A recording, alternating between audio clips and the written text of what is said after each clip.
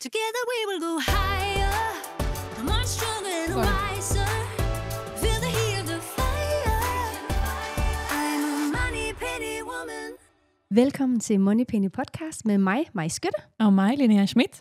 Det her er et sted, hvor vi arbejder for at demokratisere investering og give finansiel viden videre på et plan, hvor alle kan være med, hvor alle kan være med. Nemlig. Og i dag skal vi tale om et emne, som kan føles både befriende, men måske også lidt udfordrende. Det var et svært dansk ord. Vi skal snakke om købestop. Ja, og det lyder sådan egentlig lidt strengt, købestop. Men faktisk så er det jo et af de mest sådan, effektive redskaber, hvis man vil have styr på sit forbrug, eller bare nulstille sit forhold til penge. Er det ikke rigtigt? Absolut. Altså jeg tænker jo, at købestop og sådan her expense tracking, sådan udgifts... Man registrerer, man skriver ned alt, man køber, for eksempel. Det er jo det er to ting, som fungerer absolut bedst i forhold til at få, altså skabe en bevidsthed om ens forbrug. Ja. Og jeg ved jo, at I har materiale på altså pdf'er inde på hjemmesiden, inde på shoppen, moneypennyandmore.dk. Så hvis man er interesseret i købestop og expense tracking, det er også svært på engelsk, expense tracking, så kan man gå ind og finde pdf'er.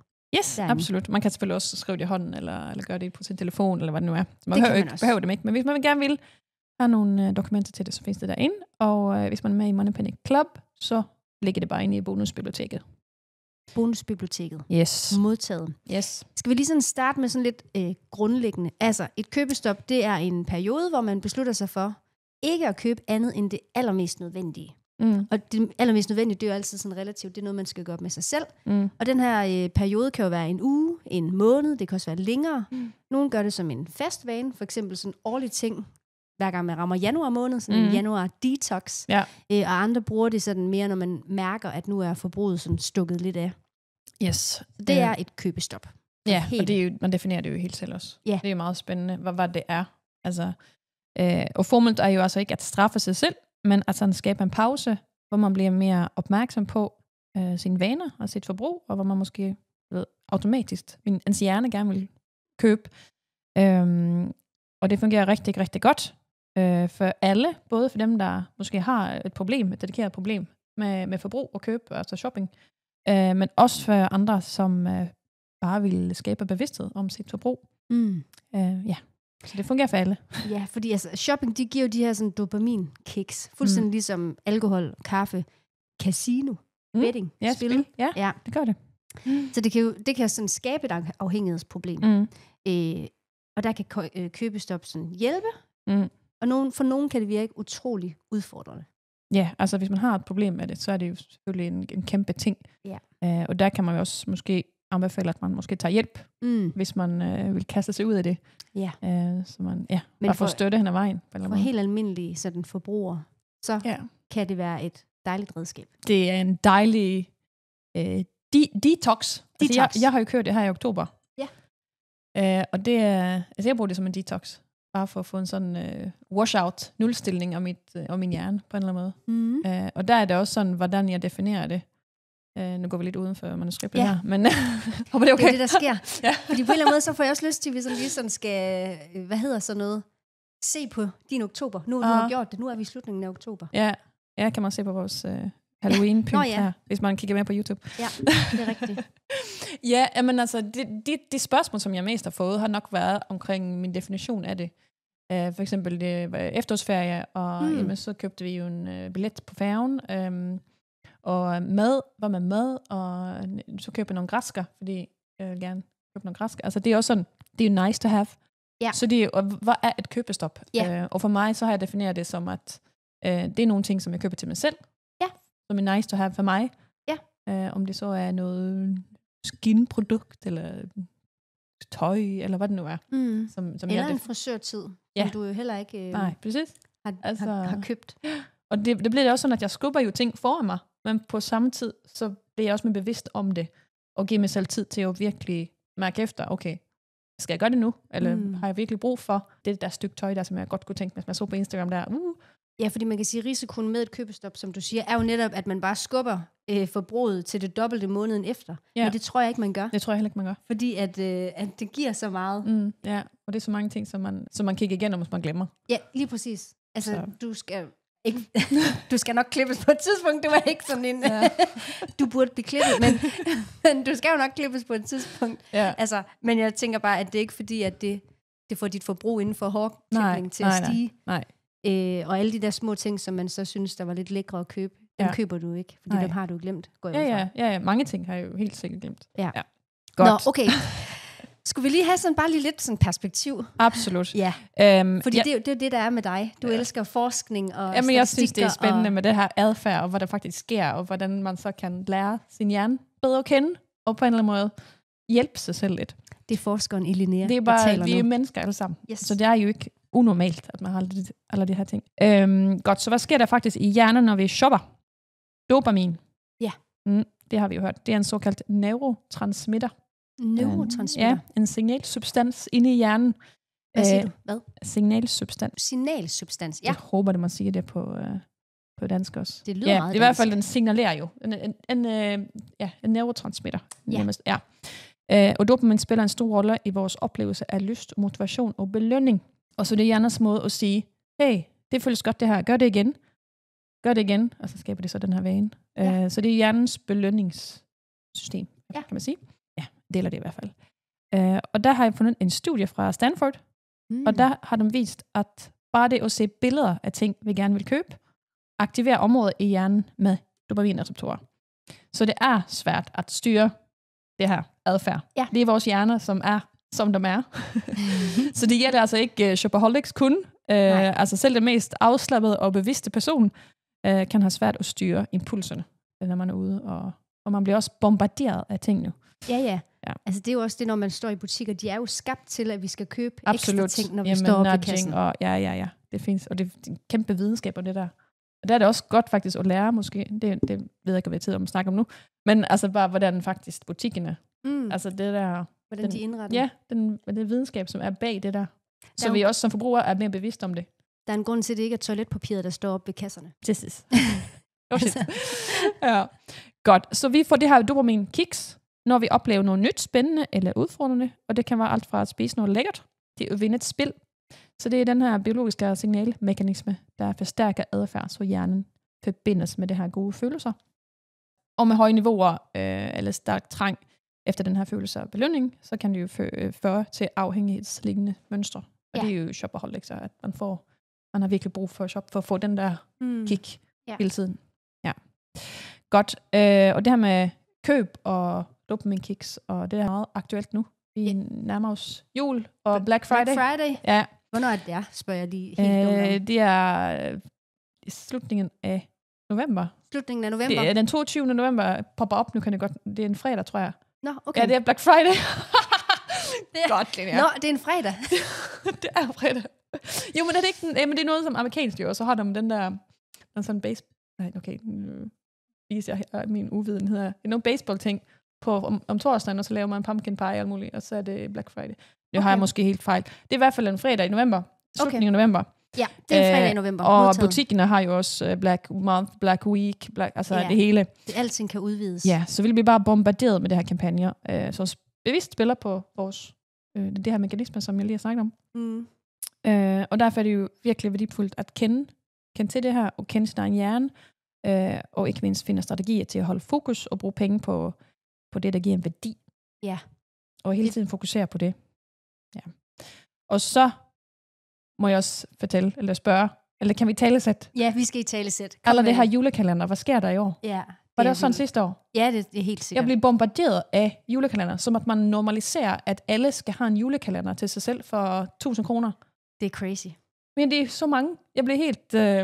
og der er jo altså et alternativ til at bruge 1.000 kroner på julekalender. Er vi enige om det? Ja. Det er det. Altså jeres. Moneypenny's julekalender. Ja, den koster ikke noget. Den er gratis. gratis. Lige en lille julehygge-mail om økonomi og en kærlig økonomisk julekalender. En kærlig økonomisk julekalender. Det er et godt ord. Ja, det starter den 1. december. Altså man kan sige, i forhold til værdi, jeg er 100% sikker på, at jeres julekalender, den giver helt vildt meget hygge og værdi. Altså uden at man bruger de der 1.000. Det er planen i hvert fald. 1.000 og små kroner. gaver. Ja, og får små gaver. Jeg tænker også, at det sådan kan være ret overraskende, hvor mange ting man egentlig køber automatisk. Altså sådan, uden at tænke over det, små ting, som bare glider igennem systemet. Og jeg ved ikke om for nogen om 800 eller 1000 kroner, det er nogle af de der små ting, der sådan glider igennem systemet.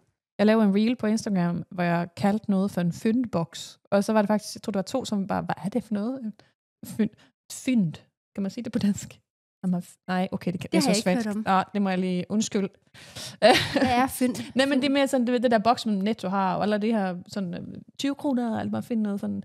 sådan spotvarer? Ja, spotkurv. Spotkurv?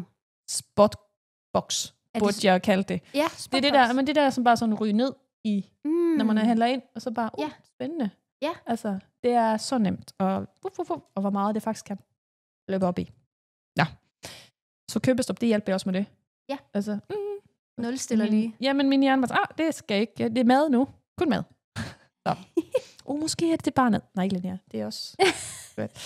det er din indre stemme, der taler lige nu. Ja, det er ikke need to have. Godt. Jamen, så købestop, der prøver vi jo nulstille. Altså på en måde hjernen og mekanismen. Og man opdager, hvad der egentlig er behov for, og hvad der er, jeg har lige lyst til det her. Altså need to have versus nice to have. Og det synes jeg bare giver et perspektiv på ens økonomi og værdier. Og det er jo eksakt som det, som expense tracking gør. At man bare, når jeg køber noget, jeg er nødt til at skrive det ned. Og når jeg skriver det ned, så tænker jeg over det. Og så tænker jeg, det er måske ikke lige det.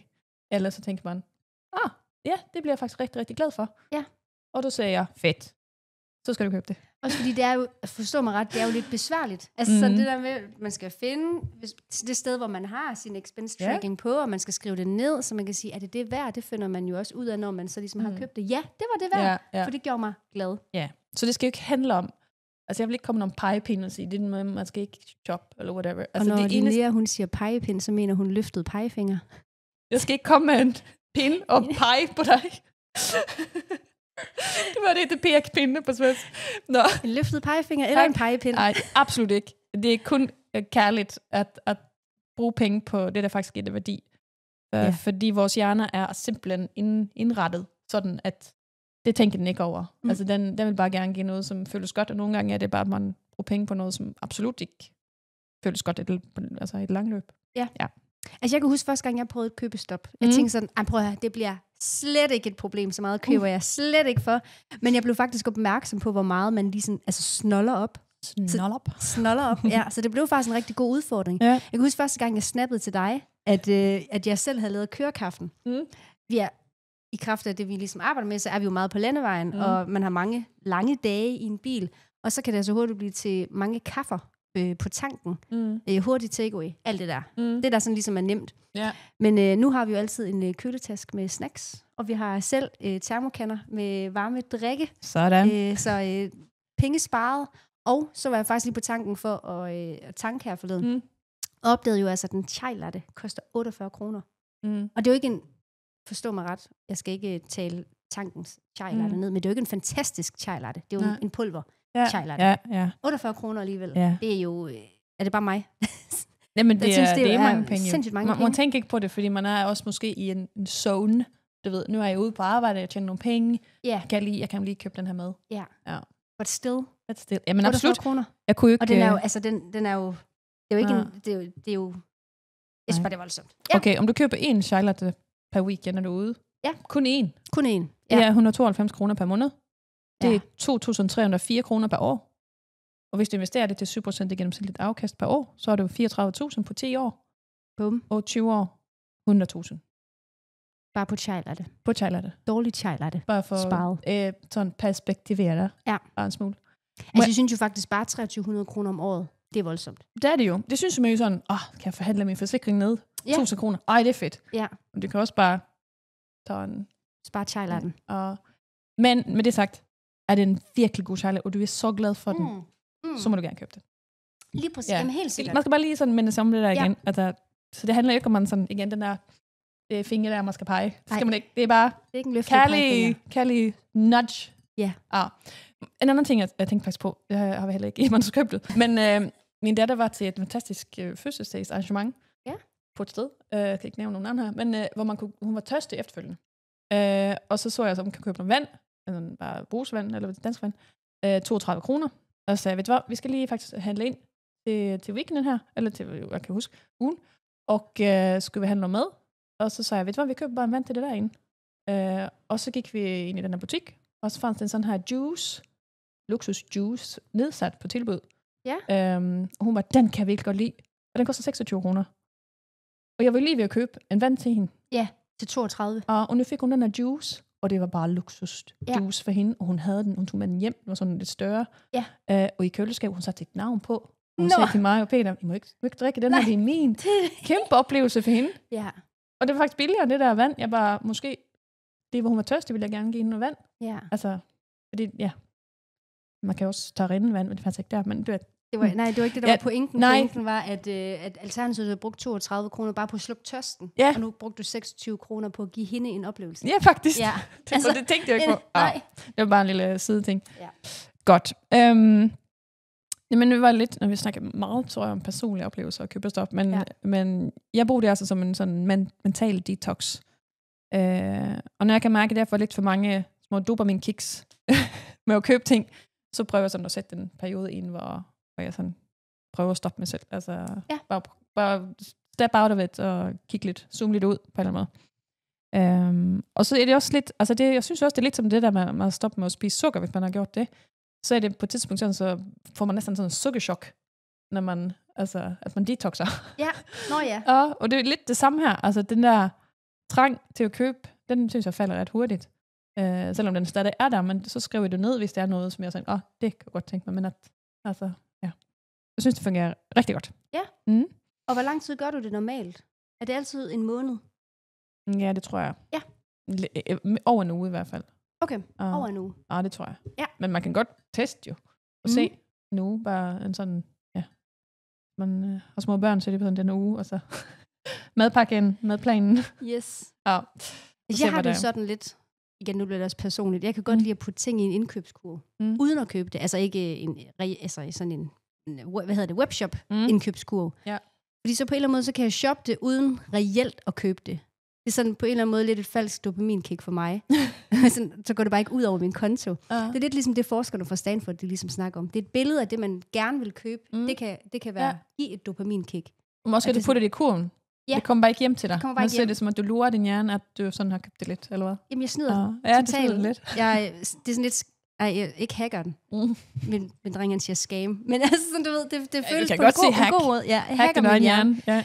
Fordi for mig, så er det ikke det at få pakker hjem, der giver mig et kick. Altså, det kan give dårlig samvittighed. Jeg føler, sådan skal forklare. Det er børnene. Altså, det er til børnene, og det er også som regel til børnene.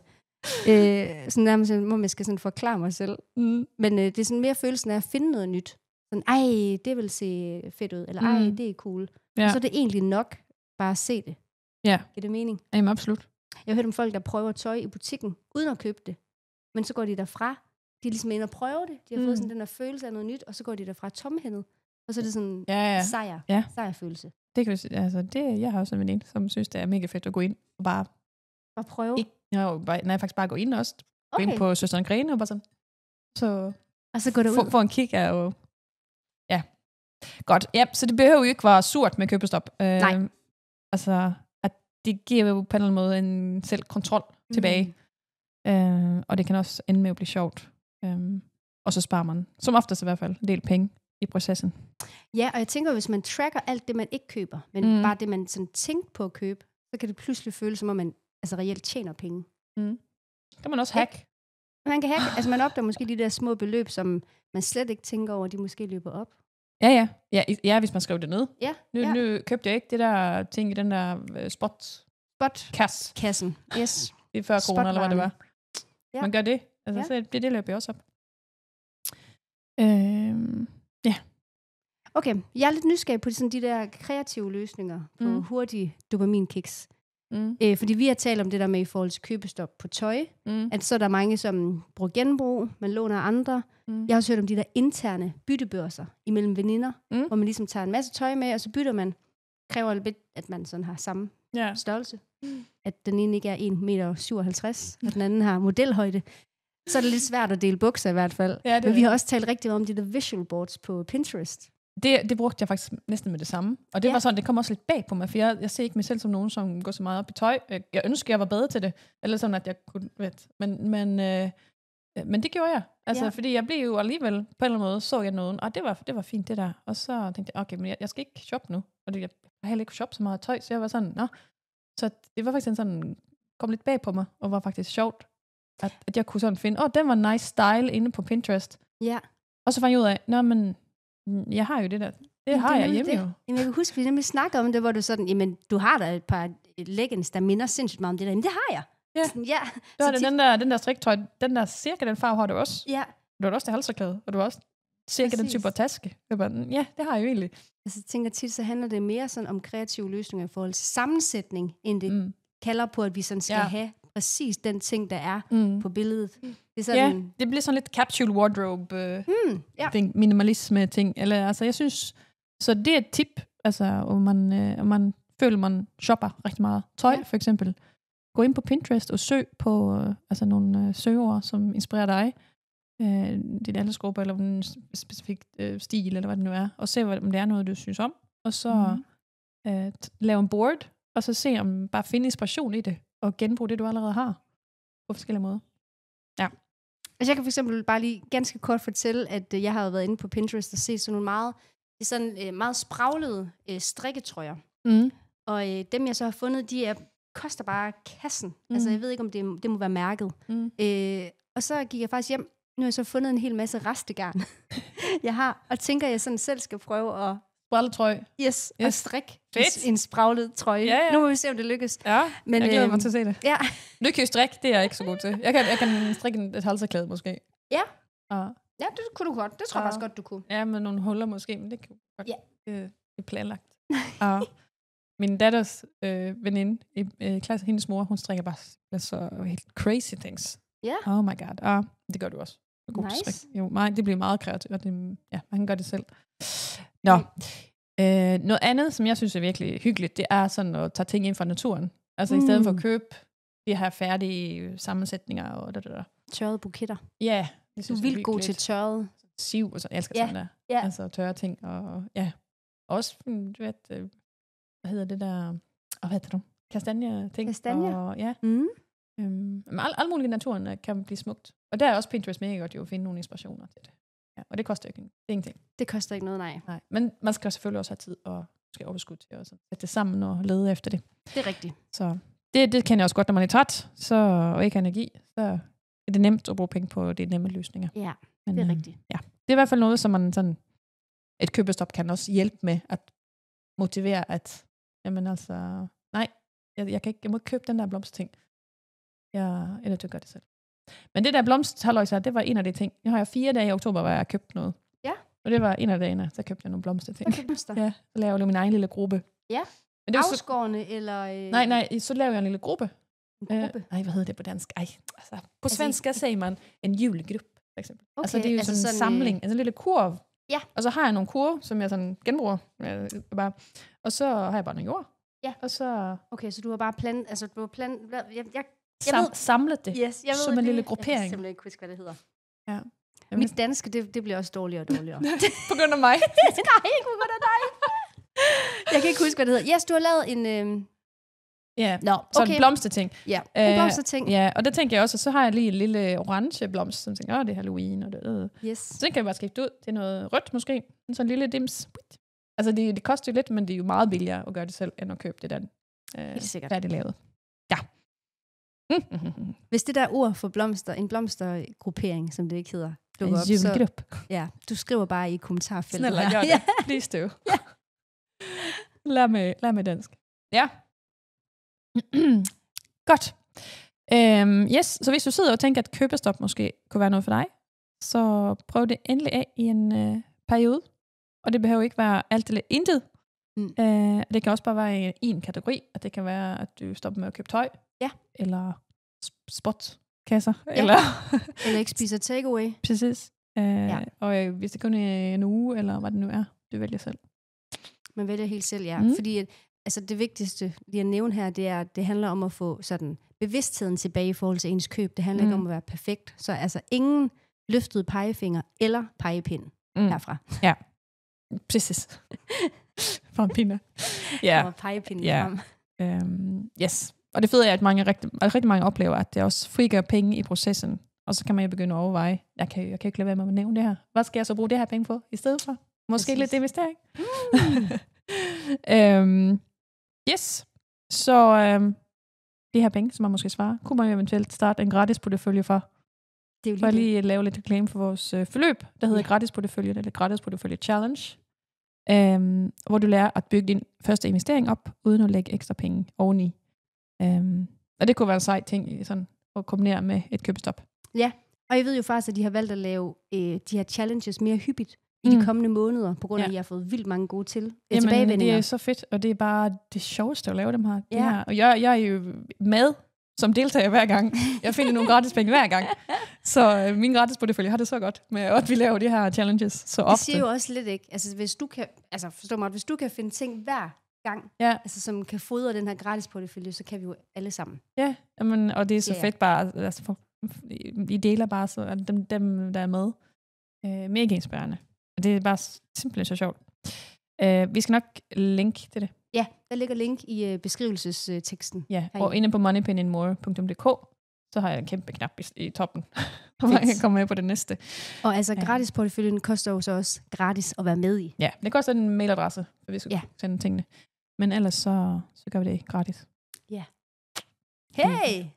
Det var lidt omkring købestop. Ja, det er virkelig fedt. Så prøv det endelig. Så tusind tak, fordi du lyttede med, eller så med ind på YouTube. Jeg skal lige afslutte. Nogle gange er det bedst at købe, ikke at købe noget. Yes! Og hvis det er i stedet for. Yes! Together we will go high.